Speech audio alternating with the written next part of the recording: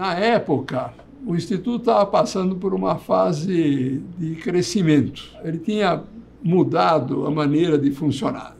Deixa-me voltar um pouquinho no tempo para situar essa questão.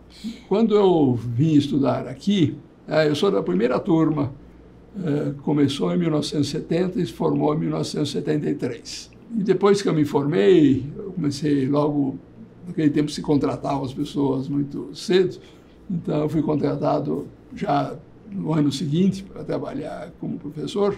Era um departamento do Instituto de Física e Química de São Carlos. Era o departamento de Física e depois tinha o departamento de Química do outro lado. O departamento de Física era basicamente constituído por teóricos.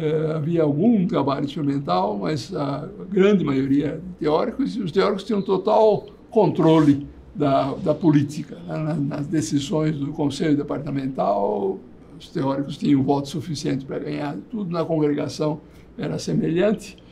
Essa situação perdurou até a década de 80, quando várias pessoas que tinham ido estudar nos Estados Unidos, eu era uma delas, mas foi um grupo grande, na volta dessas pessoas, começou a aparecer a ideia de que o Instituto precisaria mudar, não podia ser mais daquela maneira, né? O departamento e o Instituto. Aos poucos foi se construindo a proposta de ter uma instituição mais voltada para o setor experimental, mas também para mais relacionamento com a sociedade, mais projetos voltados para a sociedade. Porque você pode imaginar, no tempo que eram os teóricos faziam cálculos baseados em trabalhos que eram publicados no exterior, a gente via coisas semelhantes aqui, tentava fazer o mesmo tipo de análise aqui.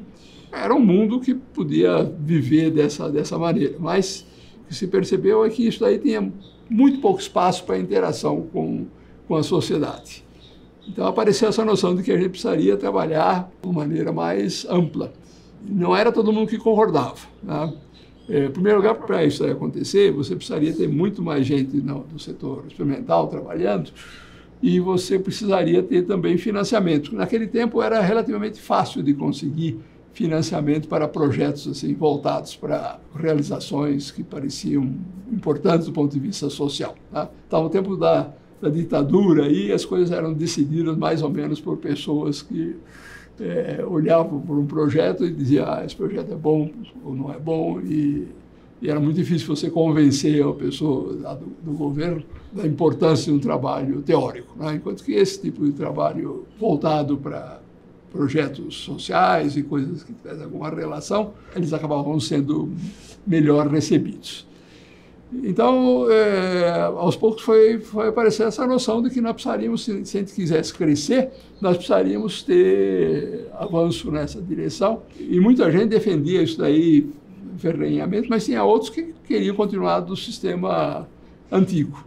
E isso, então, criou brigas. Eu me lembro, na congregação havia brigas homéricas, aí, no fim, teve gente que foi embora, teve gente que se isolou e não quis participar disso, tá? Foi um período, então, conturbado, mas, aos poucos, foi ganhando essa ideia, o Instituto cresceu muito em função dessas coisas, e aí, você sabe, quando tem uma transformação, depois precisa ter um período de estabilidade em que a instituição se adapte a essas mudanças que foram tomadas, né?